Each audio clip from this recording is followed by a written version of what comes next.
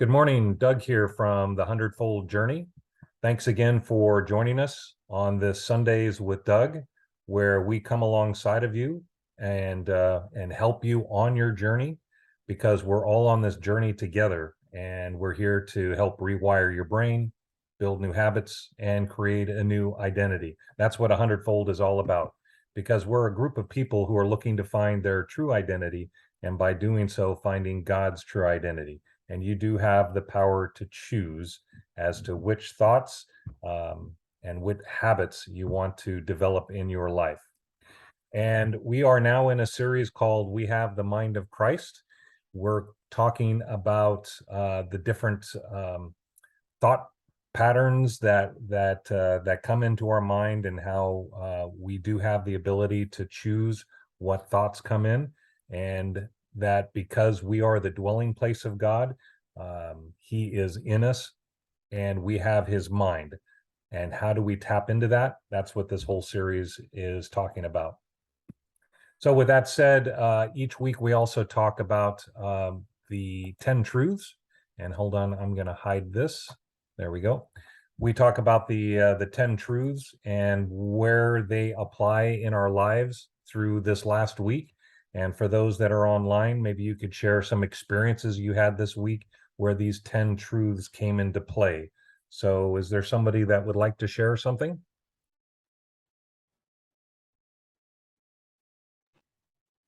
So yeah, we have one. A couple of months ago, our car just like started making this really weird sound, really, really weird, scary sound. And we brought it immediately had it towed to the dealer because it's still under like manufacturer warranty plus an extended warranty that we bought and are paying for. And at first they were like, oh yeah, no problem, like we're gonna fix it, don't worry, you should have it by next week. And we're like, okay.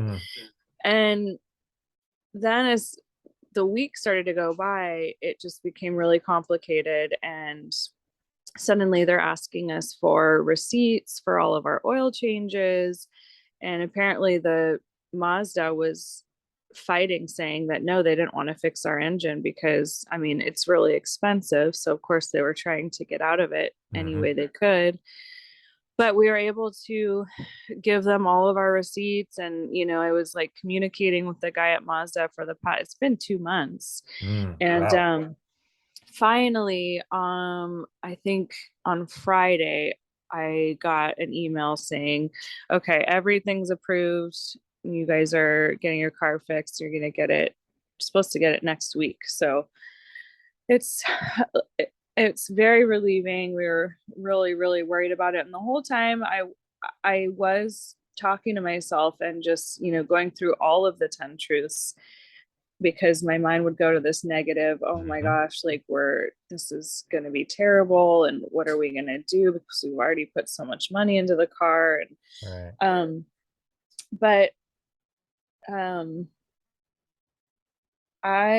the ones that I was telling myself like during this time when it was really stressful is, all my needs are constantly met, and God has granted me favor in the sight of those around me. And just thinking of the past, that God has granted me favor and I have always had everything that I've needed. So like, don't go into that lacking state of mind where, oh, I don't have anything and I'm gonna be without.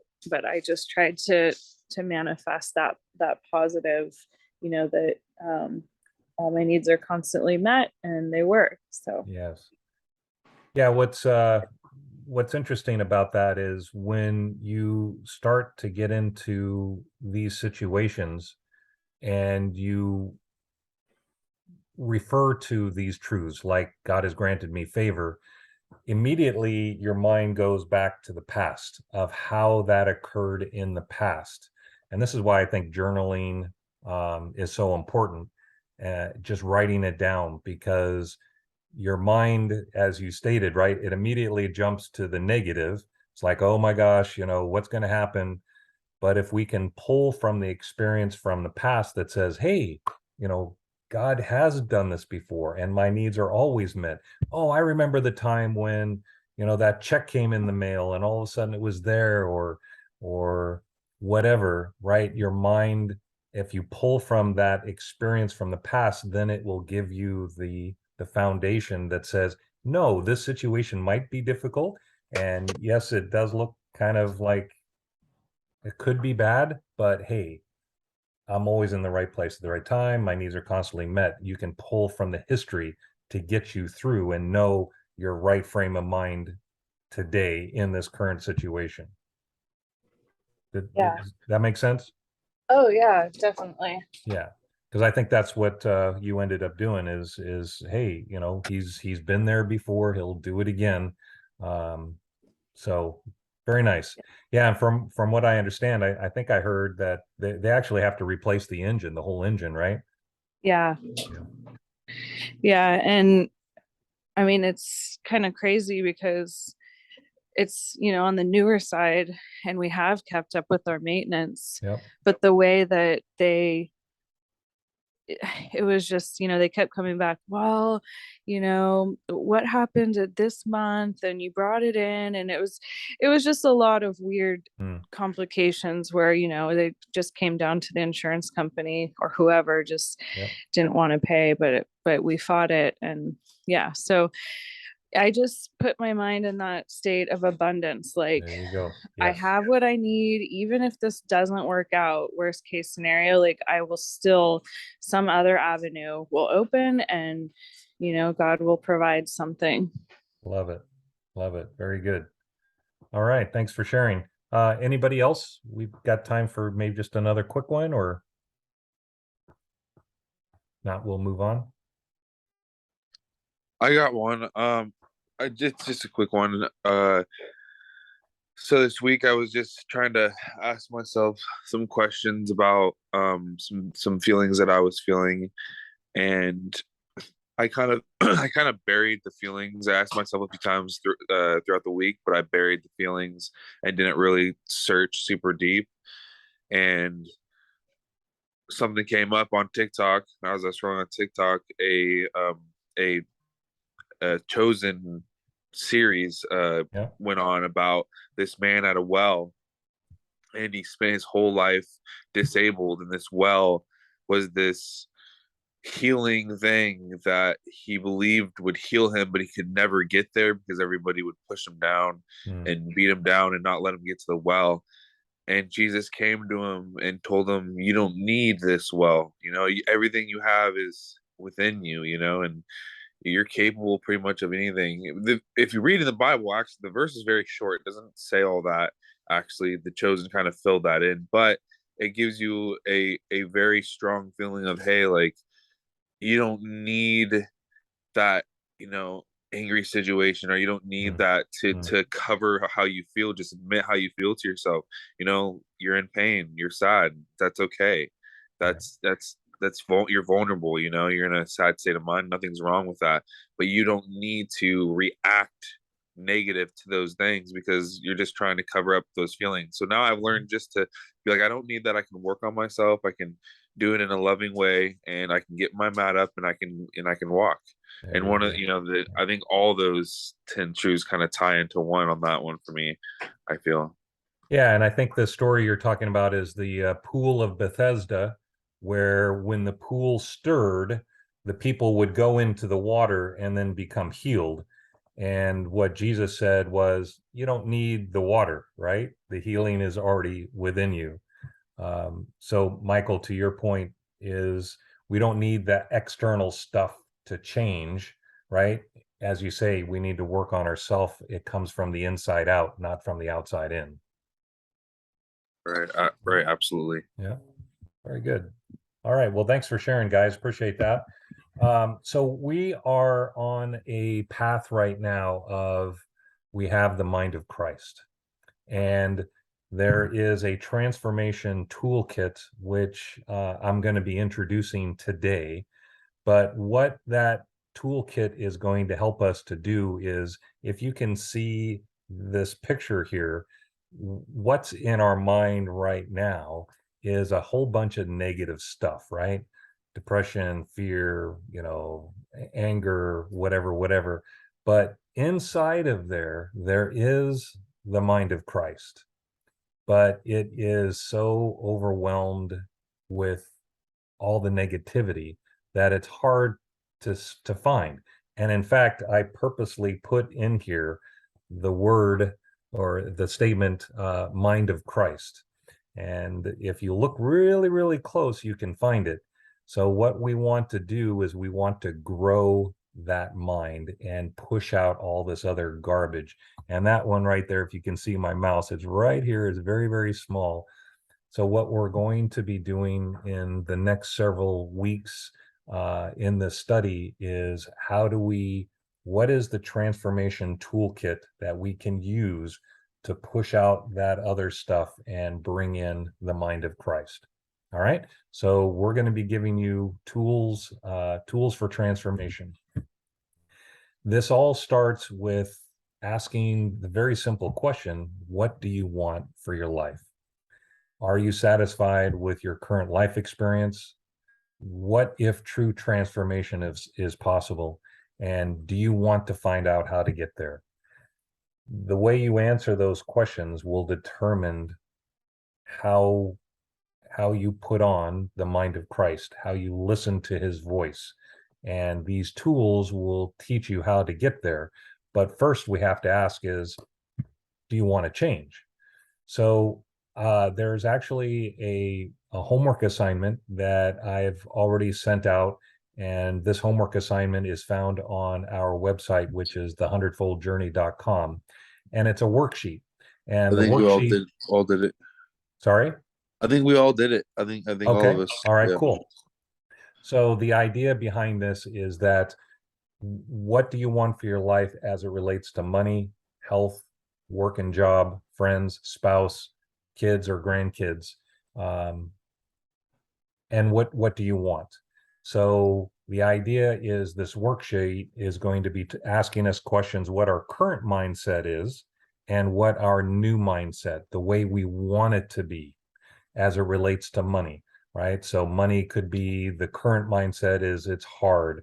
I have to work hard. I have to, I'm fighting, I'm struggling to make ends meet and so forth. That's your current mindset. And what would the new mindset, what would you want it to be? Money comes to me easily and naturally. I don't have to work hard for my money. My money works for me, something like that. So we're going to be talking about that for the next few weeks. And if you guys are open, and I'm hoping you are, to be able to share some of your old mindset versus new mindset as we talk this through. The eventual goal of this is we are going to create a vision chart, and we're also going to have a life statement or a life vision statement for your life. So there's two things in view here. One is a vision board. Maybe you guys have heard about a vision board, but it basically is a daily reminder for you that reminds you of what the life is that you want, that you desire. And because we are co-creators, we can actually create that life. And the way we do that is we have a focused intention about what we want. Right now, a lot of us are living on or living life kind of on autopilot. Whatever comes our way, that's just the way life is. We're not living life on purpose. And this vision board is to cause us to live on purpose, to know exactly what we want and what we don't want in life. And the other one is the life purpose statement, which is identifying why you think you are here. So my life statement is I'm using my gift of teaching to inspire others to live a life full of love, joy, and appreciation. So that's my life purpose. That's why I feel that I've been put here. And everything that my life now, that I bring into my life, has that aspect of my life purpose. So we're going to be developing that. Before we do that, though, I wanted to kind of explain how I got where I'm at today. So I just wanted to share, my history and let you know that I've been on this journey with you, um, not with you, but I've been on this journey for my life, and I wanted to kind of share how I got to where I'm at today. So basically, born and raised not in a Christian home. My parents were not Christian. They were not believers. We never went to church. So I did not have any upbringing in the church, which um, kind of looking back, I'm a little bit thankful for that. But July 30th, 1970, I was 7 years old, and my parents got a divorce. So I was 7 years old, and July 30th actually was my birthday. I just found this out a few weeks ago. I went through some paperwork of my mom's and found out that the divorce certificate actually has my birthday, July 30th, 1970, when I was 7 years old. So my parents got a divorce when I was seven. Then I did have an opportunity to visit my dad and stuff on weekends and so forth. But then the summer of 1977, when I turned 14, my dad left and moved. He actually remarried. My mom never did, but my dad left and moved to Colorado. So basically, didn't see him since age 14. And so that was right when I was entering high school, and of course a lot of years of I was doing some drinking and smoking and that kind of thing, so wasn't the optimal person that I should have been, but yeah, made some wrong choices during that period of time. Then October 2nd, 1980, which was 42 years ago, so October 2nd, that was just a couple of weeks ago.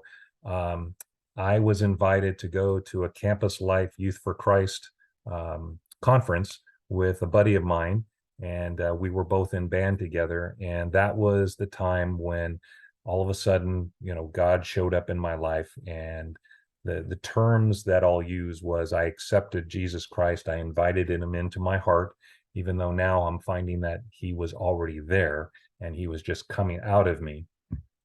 But that was October 2nd, 1980. So you could use the terms I became a Christian or a Christ follower. A couple of years later, I ended up getting married at age 20. So August 20th, 1983, got married. And since then, I was very involved in doing Bible studies. I joined Bible studies. I taught Bible studies. I actually did youth programs where I was a youth leader for junior high and high schoolers. So I was very much involved in teaching and in the Christian life. Then Black Friday 2008. So Black Friday, as you might know, is the day after Thanksgiving. And Black Friday was when my mom was driving, and she actually was driving on a road, and she hit a young man who ended up dying. And my mom was found to be guilty of that, and it was the start of some pretty down years for me and for her and for our entire family. So that was Black Friday of 2008. Then almost a year later, August of 2009, my sister passed away. So I mentioned, I was raised in a non-Christian home. So it was my mom, my sister, and myself. So there were three of us. My sister was 2 years older, and she died suddenly in 2009. So basically starting a path of really dark times. Then a year later, October of 2010, my dad passed away. Now, again, he was in Colorado, but he passed away of bone cancer. So that was the second death. And then October of 2011, a year later, I had a lady in a small group that I was teaching that also passed away of cancer. And it was very devastating. It was very, very difficult. So just basically a very dark time. Through that, I decided I started what I called my daily success log. And I think I mentioned earlier about logging things down and, writing writing things that occurred so that I could remember, what God was doing. And so I started that in 2011. And I bring that up because I'm going to share that with you in the next couple of weeks, what that looks like, because I do think that's important. And then also that same year in 2011, I kind of made a deal with God. And what I mean by that is I was doing all the right things for God, at least I was trying to. And there was this huge deal at work that was worth millions of dollars. And I kind of made a deal with God. I says, all right, God, I want this deal. It's gonna, make me a lot of money. It's going to make the company a lot of money. And I'm going to do all the right things. I'm going to pray. I'm going to fast. I'm going to make sure I do my Bible studies. I'm going to have my quiet times in the morning, and I'm not going to sin either. I'm going to be perfect, right? I'm going to watch my thoughts. I'm going to watch what I say, what I do.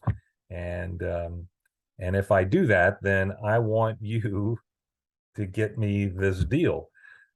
Turns out the deal was a bust. Didn't make it. And I was so angry at God. I was raising my fist and saying, God, how could you do that? I did all the right things that I was supposed to do, yet this deal broke. And it basically broke me with God. It was like I didn't trust him. I was very angry at him. It was like, how could you let that happen, especially when I was so good and I did all the right things? So I was really angry at God.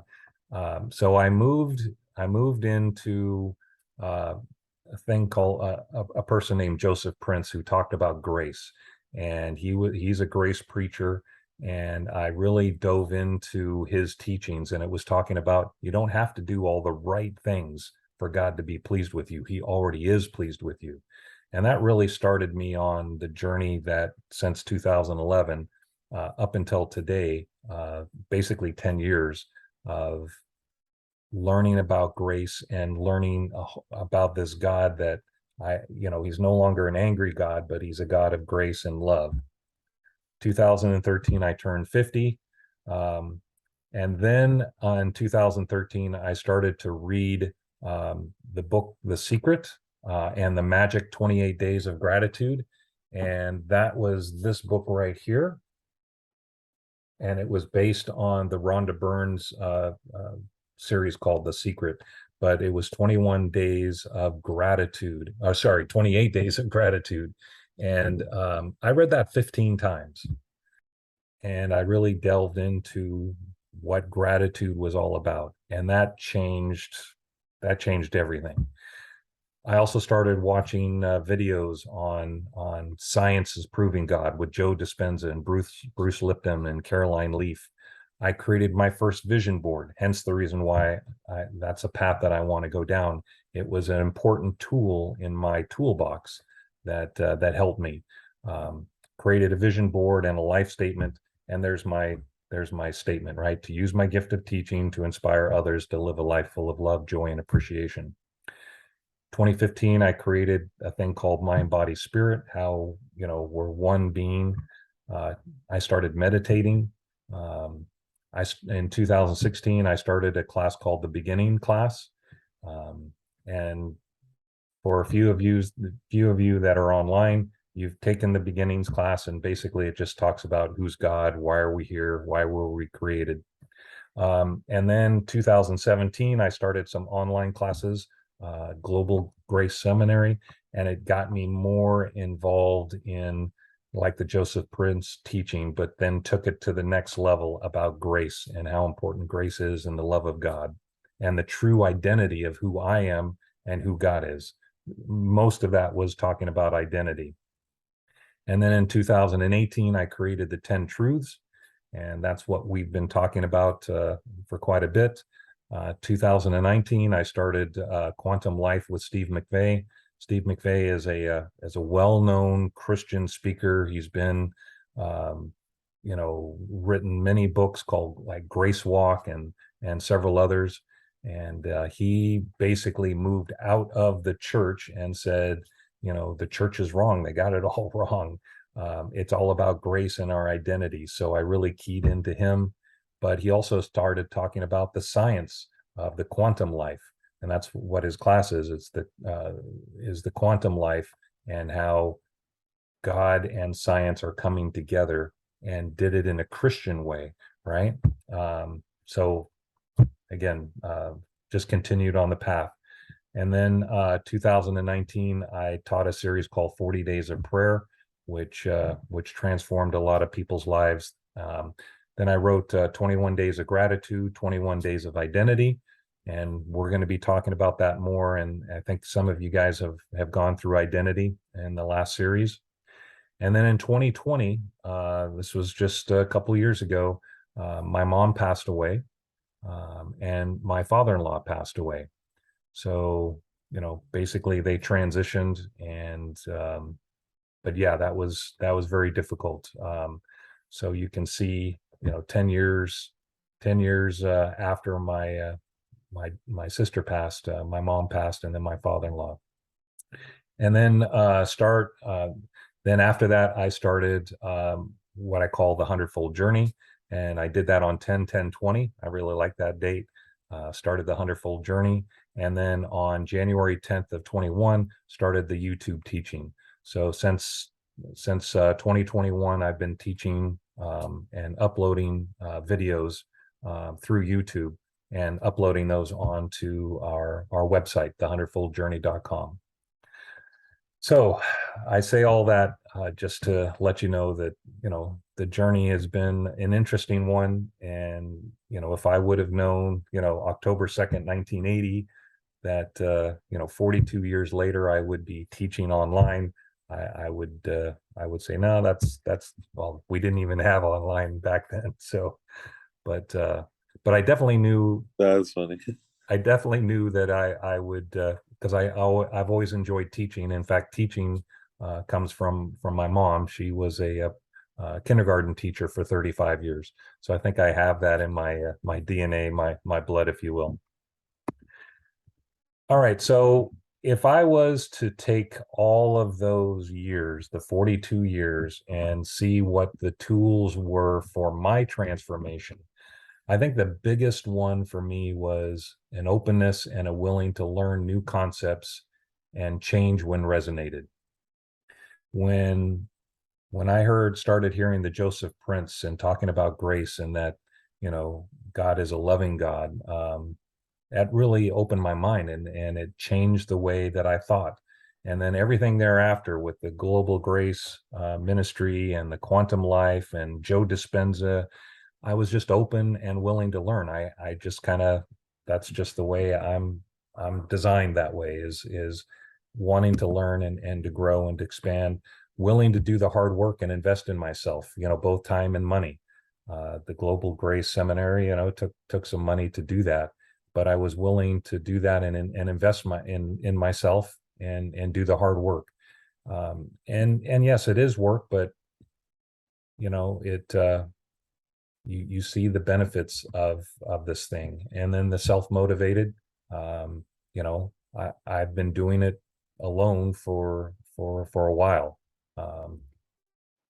And gratitude was huge. That was when I started reading the book, The Magic, with 28 Days of Gratitude. That was huge. I read that 15 times. And that really has changed. And that's why I wrote the 21 Days of Gratitude. Identity was also huge. Who I am, the way I saw myself before was dirty, rotten sinner. I have to confess my sins. God is only pleased when I'm doing the right things. And the identity changed. It shifted when I realized that that's not the way God viewed me. He viewed me as holy and blameless and perfect, and I'm his bride. I'm his dwelling place. That really opened it up for me. And then, of course, meditation as well, because meditation is you're going into a place where the quantum is, where the spirit is, where it's quiet, and you're listening for God's voice. Or in some cases, you're not thinking at all. You're just sitting in a peaceful, contemplative place. And there's revelation that comes from that. And there's also just a peace that comes from that. I deliberately turned off negativity. So what that means is the news, the newspaper, the negativity, I've deliberately turned it off. Can't even remember the last time I watched the news. If there's anything that's negative that tweaks my spirit inside, I turn it off, or I just don't even listen to it. So I deliberately turn off negativity, which was big. Created the vision board, and we'll be talking about that. Created a life purpose statement, created the 10 truths. I also take care of my body too. I work out and I diet, which is part of my vision board. I view myself as healthy, and I'm going to live a long, healthy life. And then the last one is accountability, right? Where we have friends, family that hold us accountable. Hey, Doug, I thought you were going to be doing this. How's that going? And having that accountability is important. So I'm saying all these things, and I've given you all my history because I've been down this path. I've been on this journey for a while, 42 years, and I am introducing these tools for transformation because they've worked in my life. It's not something that I pulled off the internet somewhere or gone over here and read this book or whatever. It's actually a combination of all of that stuff that I've put together, and now I'm handing it over to you guys so that you can see if you implement these things, they can help transform your life and give you the life that you want. Now, I went from how I got here to how we got here. The way we got here was, again, I've been doing some teachings, and not everybody that's online have been through all of this, but it started with the seed and the sower, freedom from religious bondage, the 7 I am statements of Jesus. I am the dwelling place of God. I'm living from the unseen, the heart of the hundredfold. And now we have the mind of Christ. So if you want to be part of this journey and kind of go back and go through those processes, those are all found on the100foldjourney.com. All right. So now we are back to, we have the mind of Christ. And what I've done is the transformation tools, I've put them together, and there's 5. If I was to summarize that 42 years of experience and my history and the changes that I've made, and some good, some bad, some positive, some negative, if you combine all of that, I've dwindled them down to 5 tools for transformation to help us put on the mind of Christ. So each week in the upcoming weeks, we're going to be covering at least one of these topics, coming at it from various points, right? So these are the 5 tools. The first one is gratitude. If I was to summarize the biggest impact that any change had in my life, it was gratitude. So that's why this is number 1, is doing the 28 days of gratitude on the Rhonda Byrne books, the 21 days of gratitude that I created, counting your blessings every morning, being grateful throughout the day. That has had the biggest impact in me. Even my relationship with God, it changed, it enhanced, it improved, it just that simple form of gratitude. So if you take anything away from today, gratitude. The next one is identity, right? That's the second one. And we are in the center of the Trinity, Father, Son, Holy Spirit, and me. We are all one. We're together, and I am in the center. That is, I am a child of God. I am his bride. I am his body. I am in the center of the Trinity. And when we understand that, then it's life transforming. So again, that's the second tool. The third one is meditation, quiet time, or prayer, whatever you want to call it. But it's a time where you are sitting quiet and just allowing you're turning everything off and just going in, right? It's all about going in and quieting the mind. So we'll be talking about meditation. The next one is imagination, and this is where the the vision board comes in. Is we're going to be using our imagination about what kind of life we do want, and thinking, what exactly do I want, and setting the intention, and we do that through imagination. And then the last one is co-creator, is understanding that God has designed us to be co-creators. And if you'll remember, the previous studies we did, where we are the placebo, and where our mind has the power to change the way that string on the Oprah video and several others that I shared. He designed us to be co-creators, right? We're not the creator, but we are creating with him. And he wants us to do that. He wants us to rule and to reign. And the way we do that is we acknowledge that we are a co-creator. So those are the 5 tools. But then how do we apply those, right? How do we apply them? And again, the first one is gratitude. Tool number 1 is, guys, I just encourage you to continue with the 21 days of gratitude. Each day, write down the 10 blessings. You don't have to do the study that's online, not the study, but the book, because the book actually has 21 different things you can do during the day, like grateful for the people in your life, grateful for the money in your life, and how you think about those things. At a minimum, we should be writing down 10 blessings that you're grateful for every single day. And then at the end of each day, you have the before you go to bed, you scan your day and you look for that one thing that you're most grateful for. This again is the most important thing that you can do, and it will change everything. There's also a tool number 2, which is the 21 days of identity. Again, same thing.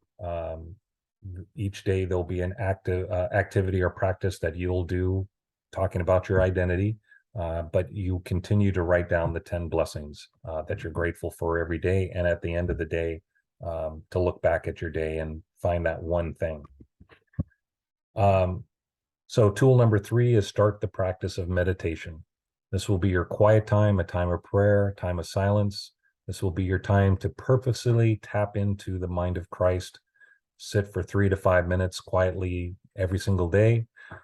There is a app that I would highly recommend. It's called Headspace. And if you go on to the website, headspace.com, there's a free 30-day trial, or is it 14 days? And then after that, it's $70 a year. $70 a year. That's less than $10 a month. And the tool is actually really, really good. It's for beginners if you've never done it before. It's very, very simple. So highly recommend that as a start to a lifetime of meditation. And really, I should say a lifetime of gratitude, a lifetime of identity, because you really should be doing this each and every day. Tool number 4 is creating a vision board and create a life purpose statement. And that's where we're using our imagination, visualization, as to actually how that would look. And we'll be talking about this in particular the upcoming weeks. And then tool number 5, our last tool, is being a co-creator. When we start to live from this, then we will start to create experiences that manifest this. So, Rachel, for the engine issue, you created that situation so that it turned out to your benefit. You were a co-creator in that.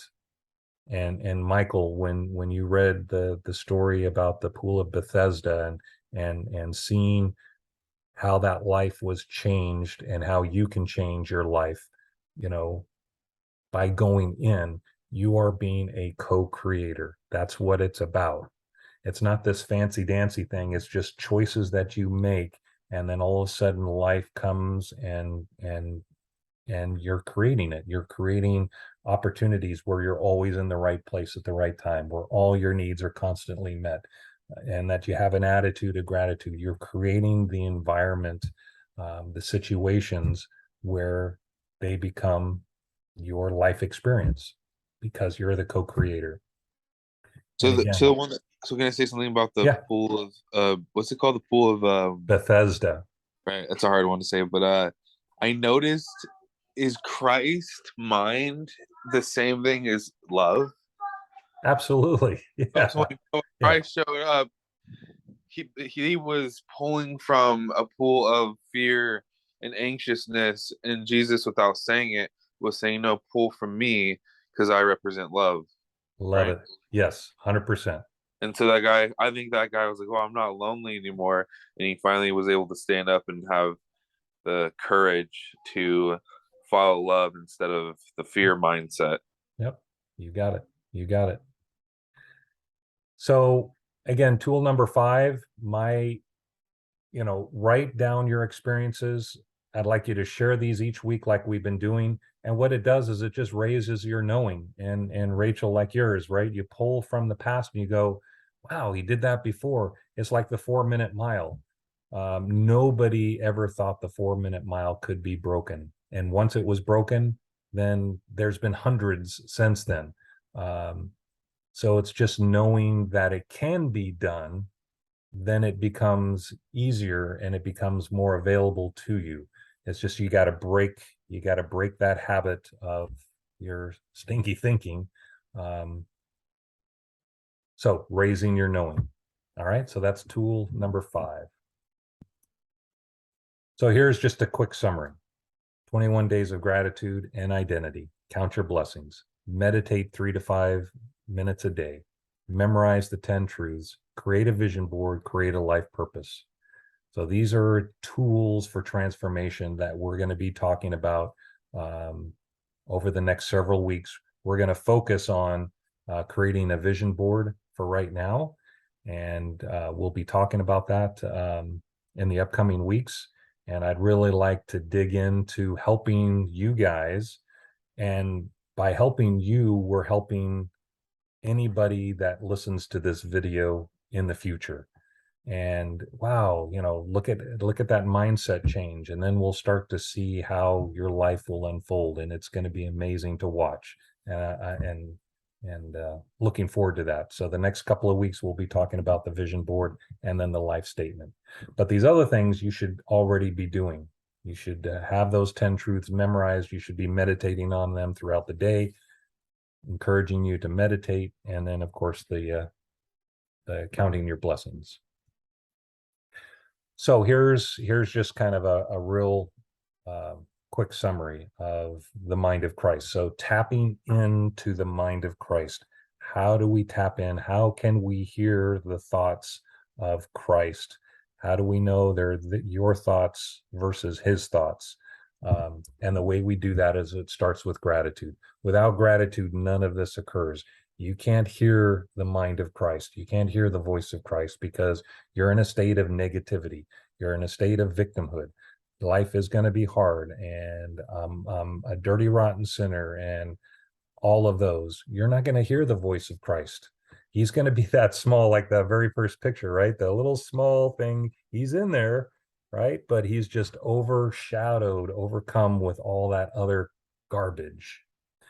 And the way you break that garbage is through gratitude. So stay with gratitude, never leave it, never forsake it.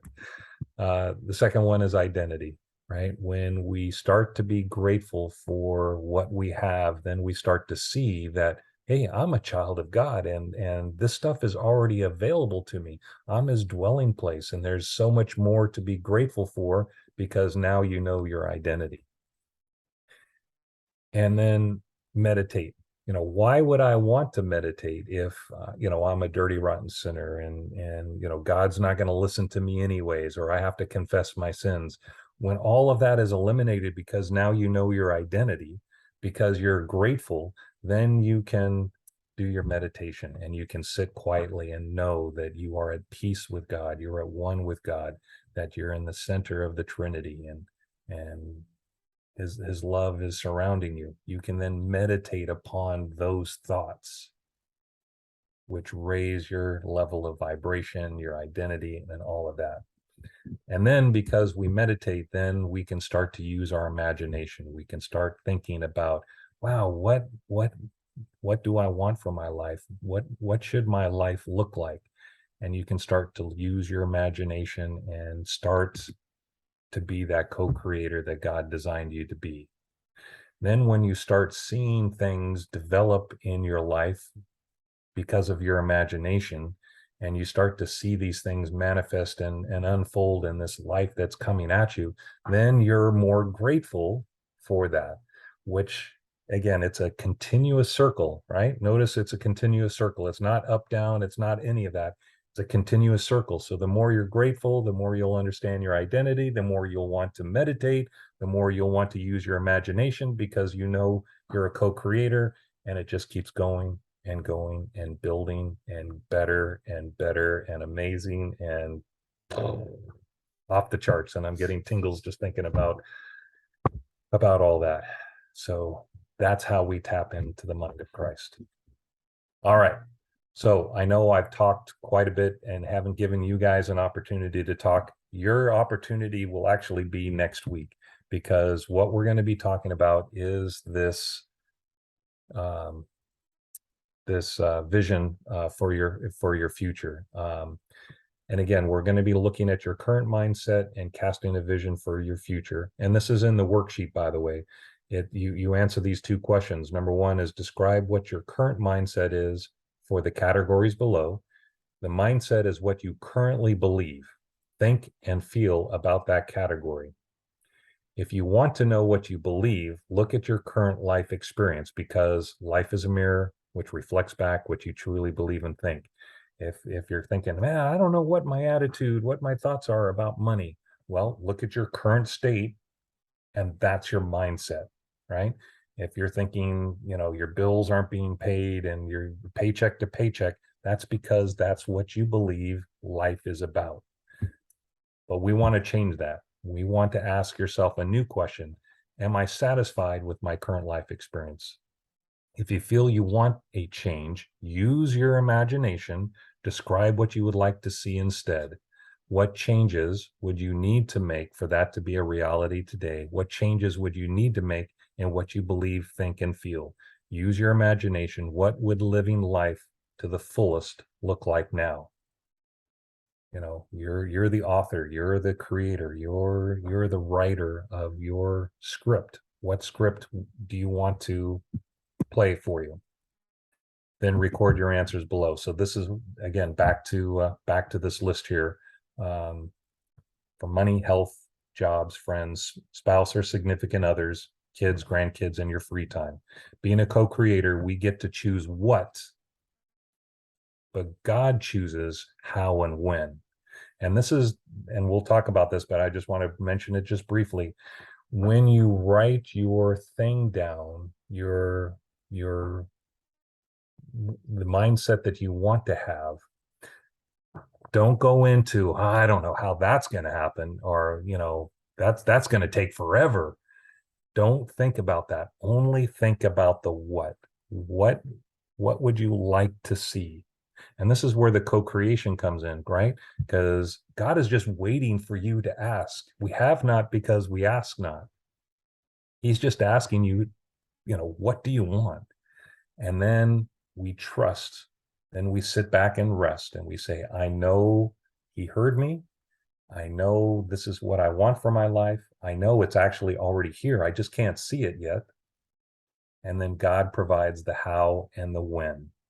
And he does it. He does it. So it comes from a state of rest. So again, as you're putting your list together and you think about your current mindset and the mindset you want, don't think about how is that even possible? That's just crazy.